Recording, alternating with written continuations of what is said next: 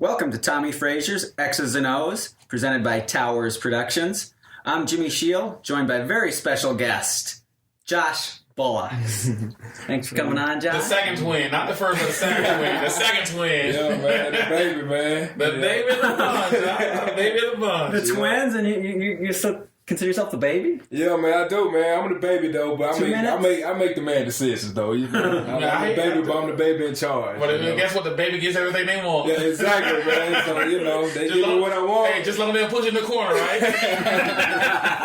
Exactly. Oh man. Oh yeah. Daniel, Swayze, Patrick Swayze. I don't know. So how much are you the baby by a minute? About a minute and a half, and 90 seconds, huh? Yeah, man. So if he was sitting right there, man, you won't even know who the youngest or who the oldest. I know. I get confused when I see both of you together. I'm like, oh, wait a minute. Because usually twins always have this mark or a feature where you can tell a difference. But you two, you can't tell a difference. I know, man. A lot of people, man. You have fraternal and maternal. What?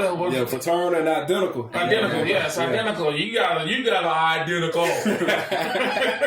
Yeah, man. People still have a hard time telling us apart. Even for my mom, sometimes if she haven't seen us in a while, I mean, she'll have a hard time, especially if we separate. If I walk in the house, she'll be like, Daniel?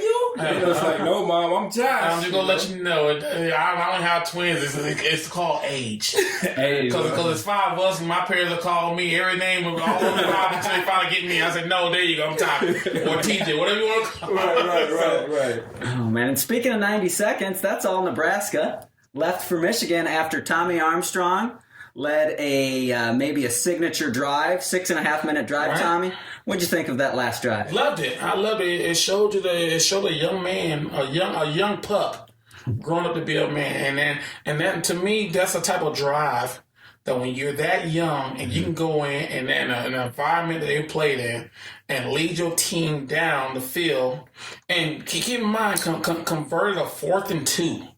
To keep the drive going and then pull up that drive, and the play that he made was spectacular too. Mm-hmm. I think I even tweeted like props to the young guy. He grew up today. Mm-hmm. That's just gonna vault his confidence and vault this season to where there's no limit to what he can do now. Mm-hmm.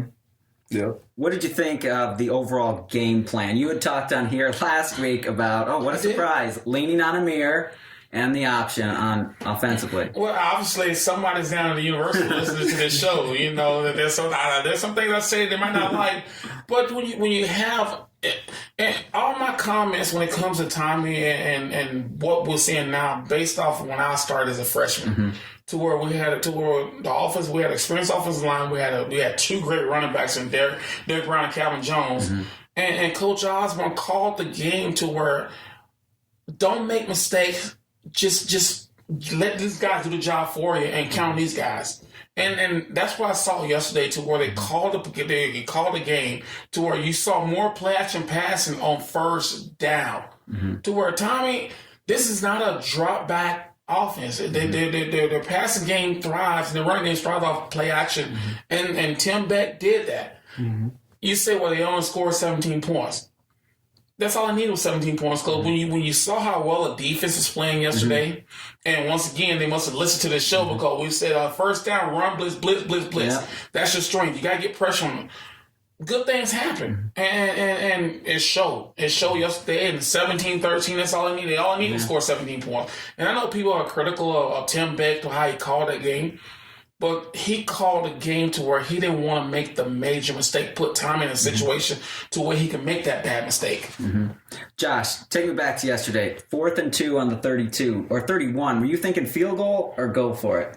I love the aggressive play calling, man, and the field goal has been, way conservative, and we went for it, man. They just speak highly of Bo, and just the aggressive that we have with Tim Beck, man, and the young buck came through. The young buck came through, man. Anytime you had those young guys that step up in no big time situations, just like even Ron Kellogg, last couple of weeks, and he did last weekend with the big pass. And, even though he's a senior, but for his experience playing time-wise, he's still a rookie for his experience-wise. And, man, when Armstrong stepped in at 4th and 2, man, and made those big plays, man, that's what you want to see in those young guys, for his developing.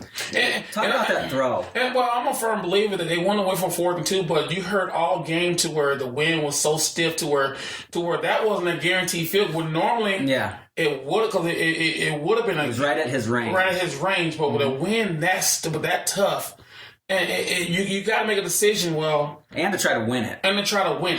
And so I think the throw, it was a great throw, probably better than what I ever threw. Because it's from one hash to the other half on target. But people don't give people are talking about the throw.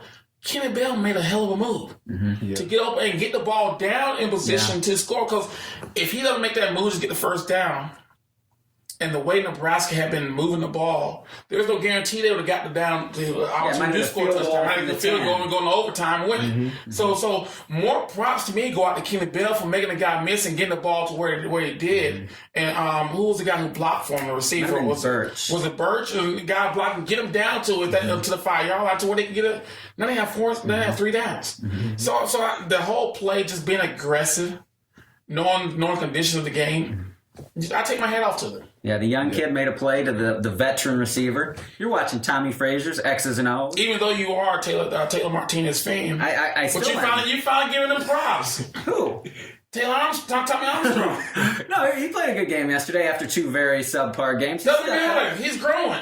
Yeah, and you mentioned perfectly they put him in situations to succeed. And with Taylor, they needed that same type of game plan. But here's my problem with here's my problem with that. You're talking about a guy who's been on campus for 5 years, who's been started for 4 years, and you mean tell me you got?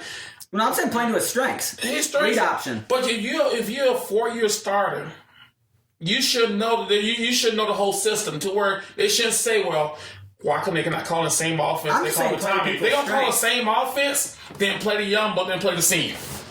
That's all I'm saying. I'm saying this play is a guy who's been started for 4 years. And you talk about Taylor. He still is who he is. Play to his strengths. That's all I'm saying. His strengths are on the sideline where he's at. I'm just saying. And I don't have anything. Taylor's a good athlete.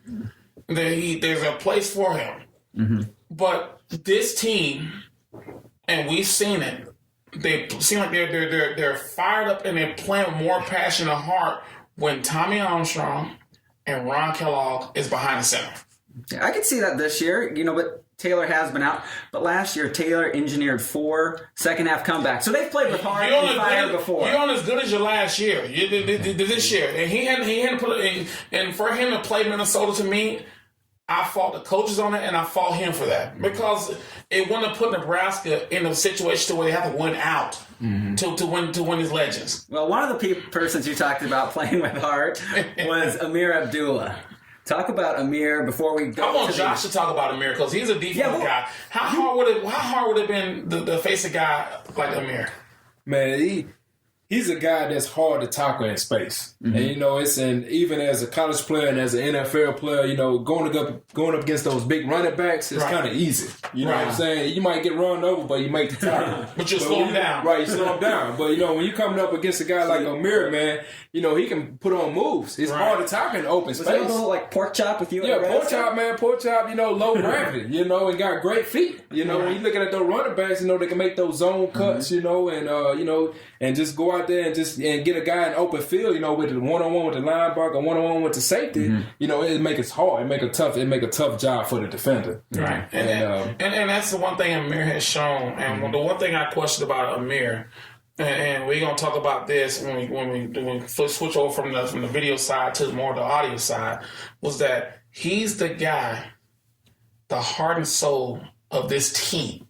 Not the offense, the team. Because when he goes, everyone else feeds off his energy. And when he makes plays, everyone else step their game up. Yeah. But we'll get in more detail here in about another 30 seconds. Okay. We'll switch over to the audio. Okay. So, but I just love Amir. So tune in to the audio version, and we'll talk more about Amir. With our special guest, Josh Bullocks, on Tommie Frazier's X's and Os.